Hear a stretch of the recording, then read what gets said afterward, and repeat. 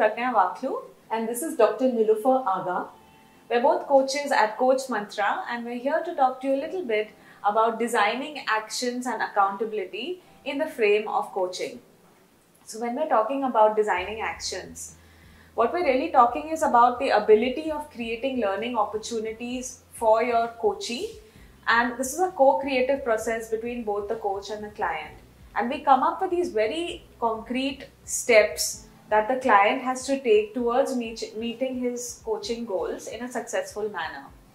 So when we talk about designing these actions, we're not only just talking about doing, but what we're also talking about is learning, we're talking about reflecting, we're talking about creating action learning experiments that challenge perspectives, that help the coachee to then look at situations through a different lens and also challenge behaviors. But with this also comes accountability. So there I wanted to ask you, Niloufer, how do you think that accountability fits in with this, and what is a coach's role over here? Yeah, so accountability is a very crucial factor because you can have all the plans and you can have all the action steps on paper, but it's very important that the coach actually shows his commitment by actually moving on those action steps. So while the coach needs to move the coachee to getting that commitment from the coachee, it is very important that the person himself remains committed.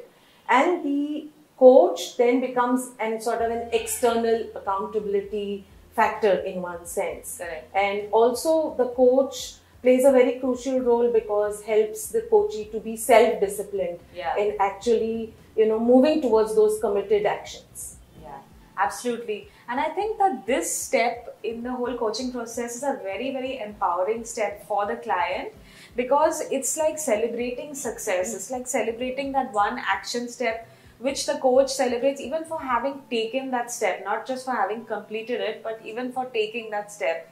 And I think that feeling of liberation is very evident in all of the people that we have coached. And other things that you might have observed, like what are some things you feel that is important about this step for the client? Yeah, so what is important is, first of all, many times the coachee has to move out of his comfort zone. Yeah. And, it is like you said, those small steps as he starts taking.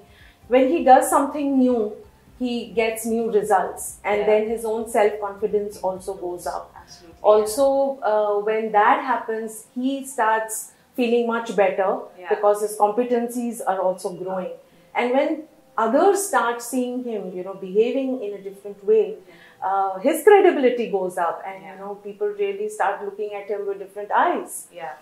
So in that sense, it's really something that through these accountability factors, the coachee is able to reach his goal in those small steps.